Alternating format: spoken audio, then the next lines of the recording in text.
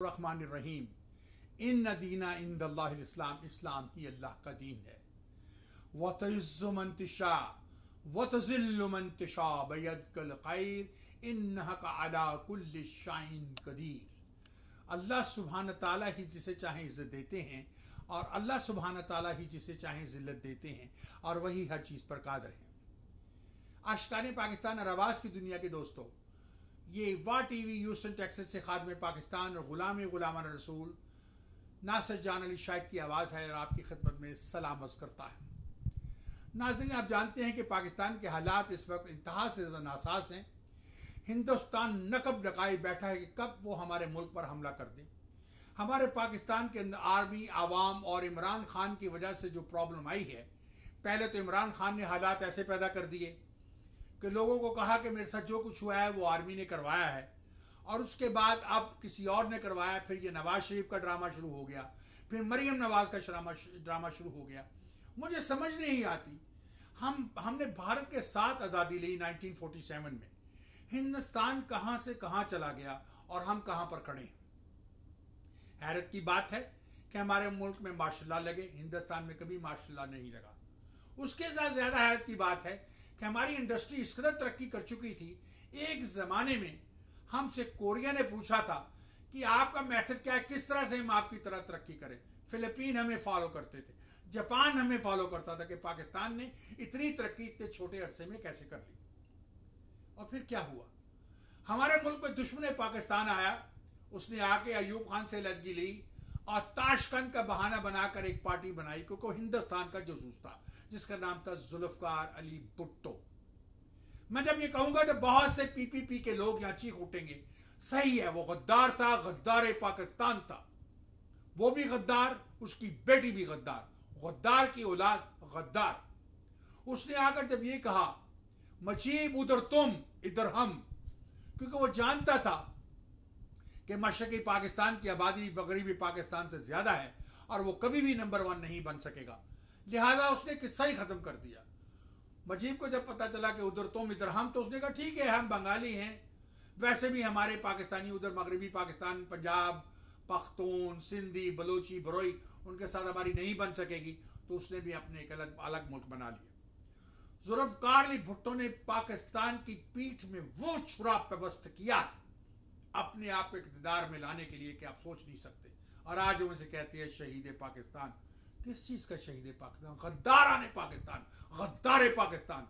People party गद्दारों की जमात है। अब मैं जब ये कहूंगा तो ह्यूस्टन में बहुत से लोग चीख उठेंगे, और साड़ी पार्टी ने पिया की कहता है, और हमारी बेनजीर भुट्टो बाढ़ में गई, तुम और तुम्हारी बेनजीर भुट्टो और तुम्हारा जरदारी जिन्होंने लूट खाया पाकिस्तान को। जरदारी के बारे में जमाना कहता है मिस्टर 10%। उस वक्त तुम कहाँ होते, उस वक्त क्यों नहीं बोलते? नाज़रीन, हैरत है कि हमारे मुल्क पर इस वक्त हमेशा ऐसा ही रहा, इसी तरह के चोर डाकुओं ने आकर कब्जा किया और वो कब्जा करके बैठे रहे।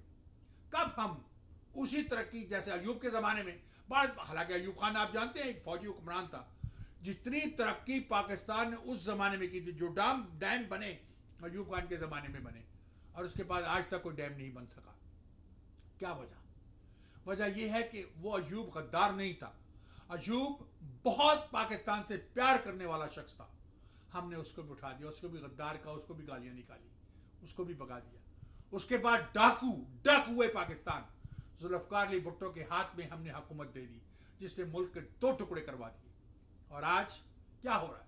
आज जरदारी और उसका बेटा क्या करने की कोशिश कर रहे हैं। कभी उसका बेटा, जिसको शेख रशीद साहब कहते हैं बिल्लो रानी, कभी उसका बेटा राइट हैंड पे चला जाता है और कभी लेफ्ट हैंड पे चला जाता है। उसका पता नहीं चलता कि शाम कहाँ, सुबह कहाँ, कहीं सुबह कहीं और शाम कहीं वाला मसला है। सामीन, हम क्या करें? मैं सामीन क्यों कह गया, नाजरीन कहना चाहिए, क्योंकि आप देख रहे हैं। सामीन तो वो होते हैं जो सुन रहे होते हैं, आप नाजरीन हैं क्योंकि आप मुझे देख रहे हैं। नाजरीन, मुझे बताइए कि हम क्या करें, किस तरह से पाकिस्तान को दुरुस्त करें, किसके हाथ में पाकिस्तान की लगाम दें। बड़ी मजे की बात है, मैं एक दिन यहाँ पे एक रेस्टोरेंट पे बैठा हुआ था, तो मेरे साथ एक ईवान सदर पाकिस्तान का है, वो भी बैठा हुआ था। तो इसी बात पे मैंने उसका नाम ईवान सदर रखा हुआ है। मेरा ख्याल आप समझ गए होंगे, कैमरामैन था वो एक ज़माने में अपना हमारे भुट्टो जो हमारे जनरल साहब थे उनके साथ घूमा करता था, फिर यहाँ आके वो भी गायब हो गया। तो नाजरीन, कहने की बात यह कि उसने मुझे कहा, जान साहब आप खुद क्यों नहीं चले जाते पाकिस्तान? और जाके अपनी पार्टी, मेरी पार्टी है पाकिस्तान यूनाइटेड पार्टी, तो आप लड़े। अरे भाई एक और पार्टी बना के वहाँ शुरू कर दे, यूनाइटेड पाकिस्तान।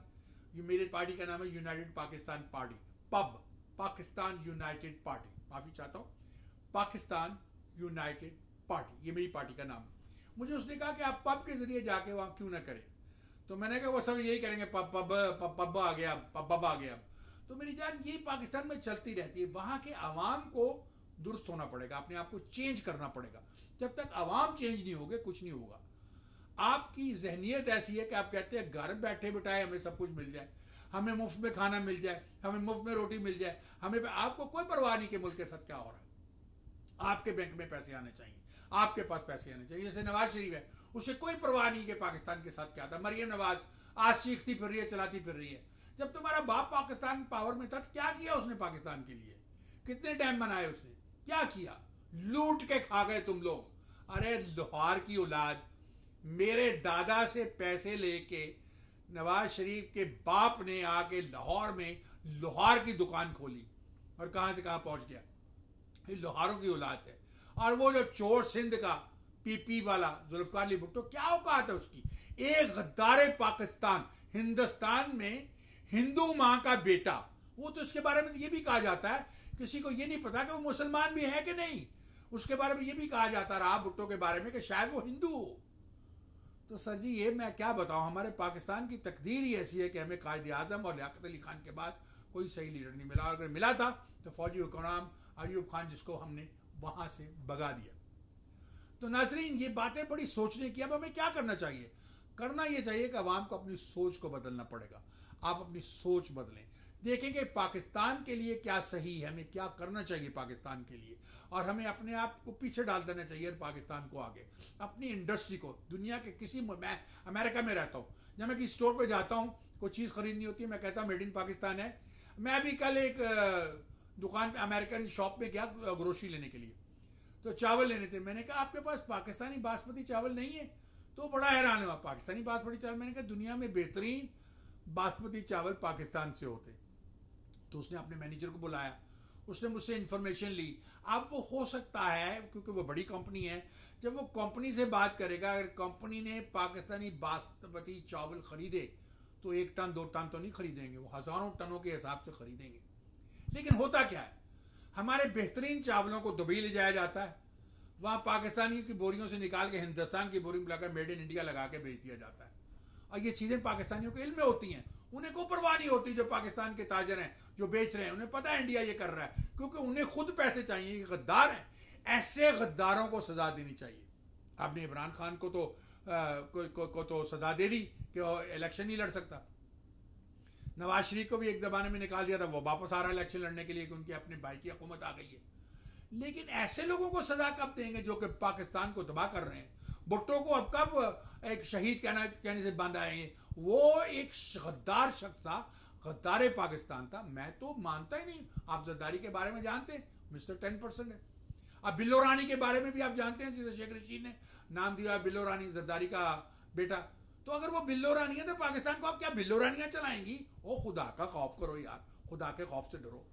हमें इस वक्त, अवाम को इस वक्त मजबूत इरादे के साथ एक मजबूत प्लान की जरूरत है। और अवाम अपने अंदर एक लीडर ढूंढे। ये नहीं कि आपके पाकिस्तान में लीडर नहीं है, हजारों लोग हैं। आप सियासत से बाहर निकल आए, इन सियासी कुत्तों को छोड़ दें, ये सियासी कुत्ते भौंक रहे हैं। आप आम अवाम में से लोगों को लेके आए, रेगुलर अवाम में से स्टूडेंट्स को लेके आए, सीनियर सिटीजन को लेके आए, माँ बहनों को कहें बाहर निकलें, वो आए और पाकिस्तान को बचाएं। अगर आपने इसमें पाकिस्तान को ना बचाया तो ये भी पॉसिबल है, जिस तरह के हालात जा रहे हैं, हिंदुस्तान कश्मीर हमसे छीनना चाहता है जो बाकी हमारे पास बचा हुआ है। कि ये ना हो कि एक दिन हमारे ऊपर हमला हो और हम ना जाने क्या से क्या हो जाए। क्या हम इस इतने ताकतवर हैं कि हम इस वक्त हिंदुस्तान का मुकाबला कर सकें? आप कुछ भी कहें, हमारी फौज बहुत बहादुर है, हमारी फौज बहुत बहादुर है। बहादुर फौज कुछ नहीं कर सकती। आजकल असले की जंग है, न्यूक्लियर जंग है।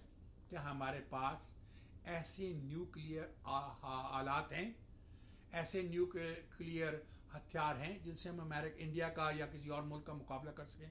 क्योंकि अमेरिका हिंदुस्तान को फुल सपोर्ट करेगा, वो एक बड़ी मार्केट है।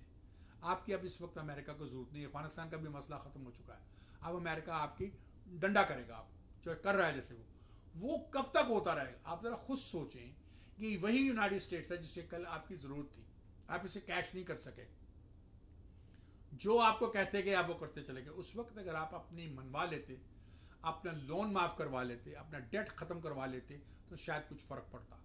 जब तक आप कर्जे से बाहर नहीं निकलेंगे कुछ नहीं होगा। आप कर्जे से कैसे बाहर निकलें? आप मेड इन पाकिस्तान प्रोडक्ट्स को खरीदें, उसको बेचें। और देखिए, हमारे इस्लाम के अंदर एक महीना आता है, उसे कहते हैं माह रमज़ान। उसमें हम रोज़े रखते हैं, एक टाइम सुबह खाते हैं, एक टाइम शाम को, पानी नहीं, को चाय नहीं, को कुछ नहीं, सारा दिन कुछ नहीं खाते।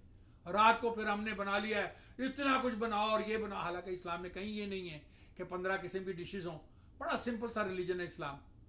उसकी कोई वजह थी। तो इसी तरह से हम क्यों नहीं फॉलो करते कि पाकिस्तान में भी हम यही हालात करें जो इस्लाम के ओरिजिनल हालात से। अगर 313 मुजाहिदीन से हजूर पाक सल्लल्लाहु अलैहि वसल्लम जंग जीत सकते हैं, तो आज तो हमारे पास बहुत बड़ा असला है, बहुत बड़ी फौज है। हम क्या नहीं कर सकते? करने के लिए अवाम को इकट्ठा होना पड़ेगा। ये जो महाजर नॉन महाजर कराची में शुरू हुआ, एक और ड्रामा शुरू हो गया। कराची को पानी नहीं दिया जा रहा। जब से हुकूमत आई, कराची को एक बूंद पानी नहीं मिला। ये ड्रामेबाज हैं, ये वो ड्रामेबाज हैं जो कल उस डाकू के साथ बैठे हुए थे। अगर वो डाकू लंदन में पाकिस्तान को गाली ना देता तो आज भी वो इल्ताफ भाई था, उसके नाम पे कत्ल होने लग गए थे। यहाँ पर उसका नाम, उसके खिलाफ कोई बात करो तो मारने लग जाते थे आपको, क्योंकि उसने पाकिस्तान को गाली दी। तो अब ये पीछे हटने शुरू हो गए। अब भी MQM पे ट्रस्ट नहीं किया जा सकता। आप कब पाकिस्तानी बनेंगे? क्या कोई पंजाबी अपने आप को महाजर कहता है? क्या कोई बलूची अपने आप को महाजर कहता है? क्या कोई पख्तून अपने आप को महाजर कहता है? तो यही अपने आप को महाजर क्यों कहते हैं? क्योंकि आज भी भारत के दोस्त हैं, आज भी हिंदुस्तान के साथ खड़े हैं, हाथ लगाए खड़े हैं कि हिंदुस्तान सिंध को टेक ओवर कर ले। ये तो बच्चू होगा नहीं कि पाकिस्तान के लोग कट मरेंगे, ये होने नहीं देंगे। तो ये महाजर अल्फाज खत्म किए जाए पाकिस्तान से। जो खुद को महाजर कहता है उसे उठाइए और बॉर्डर के उस पार छोड़ाइए। चलो जाओ, भागो अपने उस मुल्क में जिसके लिए तुम महाजर बनते हो। इसलिए कि आप या तो पाकिस्तानी हैं या आप कुछ भी नहीं है। ये ना कीजिए। कभी पंजाबी ने कहा मैं पंजाबी हूँ, और मैं पख्तून हूँ, मैं बलोच हूँ, वो नहीं करते। वो कहते हैं हम पाकिस्तानी हैं, पाकिस्तान माँ के बच्चे हैं, पाकिस्तानी बनिए, पाकिस्तान की मसनूआत को खरीदिए। दुनिया भर में जहाँ भी पाकिस्तानी बैठे हैं, पाकिस्तान को प्रमोट कीजिए, पाकिस्तान के लिए काम कीजिए, पाकिस्तान के कपड़े खरीदिए, पाकिस्तान की हर चीज़, यहाँ तक स्टोरों में जाके पाकिस्तान की ग्रोसरी खरीदिए। जहाँ पर इंडिया का चावल हो, इंडिया की दालें हो, मत लीजिए कि ये पाकिस्तान की दालें मंगवाएं। यहाँ पर ह्यूस्टन में बहुत से पाकिस्तानी स्टोर हैं, इंडियन स्टोर हैं। वो जब ग्रोसरी बेचते हैं तो सारी इंडिया से आई होती है। पाकिस्तानी स्टोरों पर इंडिया की ग्रोसरी। अरे यार, खुदा का खौफ करो। मैं नाम नहीं लेना चाहता। विलक्रस पे एक स्टोर है, उसके आधे पाकिस्तानी आधे नॉन पाकिस्तानी माने, यानी मैं नाम नहीं लेना चाहता, आप समझ गए मैं क्या कह रहा हूँ।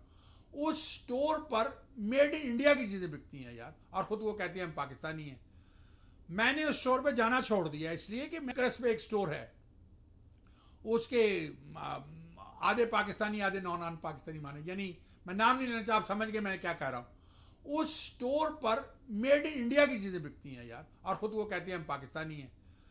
मैंने उस स्टोर पे जाना छोड़ दिया इसलिए कि मैं क्यों हिंदुस्तान की चीज़ें खरीदूं। लेकिन कहाँ जाऊं? जहाँ भी जाते हैं आप, वहाँ आपको दाल खरीदनी है वो इंडिया की, चावल खरीदने हैं वो इंडिया का, कि बेहतरीन चावल तो पाकिस्तान के हैं। कहाँ गई पाकिस्तान की प्रोडक्ट्स? ये दुबई की बदमाशी कब खत्म होगी कि पाकिस्तानी माल को लेकर इंडियन थैलों में डाल के बेचा जाएगा? इन लोगों को गिरफ्तार कीजिए। ये मुजरम है, कौम के मुजरम है। इनको जुमे की नमाज के बाद इनकी गर्दनें काटनी शुरू कर दिए, सजाए मौत दीजिए, आराम के सामने इनकी गर्दन काट दीजिए। ये होना चाहिए। उसके बाद मुल्क ठीक होना शुरू। 10-20 गर्दनें काट देंगे, 50 काट देंगे, और भेड़ की चाल चलने लगते हैं, सब डर जाते हैं, फिर संभल जाएंगे। डराना मकसद नहीं है, अपने आप को करेक्ट करना मसला है, करेक्ट कीजिए। तो नाजरीन, ये मैंने बात करनी थी। कुछ ज़्यादा कह गया हूँ, कोई ऐसी बात कर गया हूँ जो किसी को नागवार गुजरी हो, तो मैं माफ़ी चाहता हूँ। क्योंकि ये मसला पाकिस्तान का है। पाकिस्तान मेरी माँ है, मुझे अपनी माँ की पहचान है। मैं पहचानता हूँ कि ख़ुद को मैं पाकिस्तान का रहने वाला हूँ, मैं पाकिस्तानी हूँ। लिहाजा मुझे पाकिस्तान के लिए करना है, जो करना है पाकिस्तान के लिए करना है, और उसके लिए मुझे कुछ भी करना पड़े मैं करूँगा। आपको भी करना चाहिए। पाकिस्तान का साथ दीजिए, पाकिस्तान की मसनूआत को ख़रीदिए, पाकिस्तान की इंडस्ट्री को प्रमोट कीजिए, पाकिस्तानियों को जॉब दीजिए, उनको पहले जॉब दीजिए, वहाँ पर पैसे भेजिए, पाकिस्तान में ज़र मुबादला भेजिए, ताकि हमारा मुल्क किसी का मोहताज ना हो। गलती हुई तो माफ़ कर दीजिएगा। तो इजाज़त दीजिए, अगले प्रोग्राम में किसी और इशू के साथ आपकी खिदमत में हाजिर हूँगा। उस वक्त तक अल्लाह हाफिज़। पाकिस्तान जिंदाओ, पाइंदाबाद। क्यों भी कैसे सही करना चाहिए था थोड़ा जा, हमेशा याद रखो जो तुसी मैं क्यों हिंदुस्तान की चीज़ें खरीदूँ, लेकिन कहाँ जाऊँ? जहाँ भी जाते हैं आप, वहाँ आपको दाल खरीदनी है वो इंडिया की, चावल खरीदने हैं वो इंडिया का, कि बेहतरीन चावल तो पाकिस्तान के हैं। कहाँ गई पाकिस्तान की प्रोडक्ट्स? ये दुबई की बदमाशी कब खत्म होगी कि पाकिस्तानी माल को लेकर इंडियन थैलों में डाल के बेचा जाएगा? इन लोगों को गिरफ्तार कीजिए। ये मुजरम है, कौम के मुजरम हैं। इनको जुमे की नमाज के बाद इनकी गर्दनें काटनी शुरू कर दिए, सजाए मौत दीजिए, आराम के सामने इनकी गर्दन काट दीजिए। ये होना चाहिए। उसके बाद मुल्क ठीक होना शुरू। 10-20 गर्दनें काट देंगे, 50 काट देंगे, और भेड़ की चाल चलने लगते हैं, सब डर जाते हैं, फिर संभल जाएंगे। डराना मकसद नहीं है, अपने आप को करेक्ट करना मसला है, करेक्ट कीजिए। तो नाजरीन, ये मैंने बात करनी थी। कुछ ज़्यादा कह गया हूँ, कोई ऐसी बात कर गया हूँ जो किसी को नागवार गुजरी हो, तो मैं माफ़ी चाहता हूँ, क्योंकि ये मसला पाकिस्तान का है। पाकिस्तान मेरी माँ है, मुझे अपनी माँ की पहचान है। मैं पहचानता हूँ कि ख़ुद को मैं पाकिस्तान का रहने वाला हूँ, मैं पाकिस्तानी हूँ। लिहाजा मुझे पाकिस्तान के लिए करना जो करना है, पाकिस्तान के लिए करना है, और उसके लिए मुझे कुछ भी करना पड़े मैं करूँगा। आपको भी करना चाहिए। पाकिस्तान का साथ दीजिए, पाकिस्तान की मसनूआत को ख़रीदिए, पाकिस्तान की इंडस्ट्री को प्रमोट कीजिए, पाकिस्तानियों को जॉब दीजिए, उनको पहले जॉब दीजिए, वहाँ पर पैसे भेजिए, पाकिस्तान में ज़र मुबादला भेजिए, ताकि हमारा मुल्क किसी का मोहताज ना हो। गलती हुई तो माफ़ कर दीजिएगा। तो इजाज़त दीजिए, अगले प्रोग्राम में किसी और इशू के साथ आपकी खिदमत में हाजिर हूँगा। उस वक्त तक अल्लाह हाफिज़। पाकिस्तान जिंदाओ, पाइंदाबाद।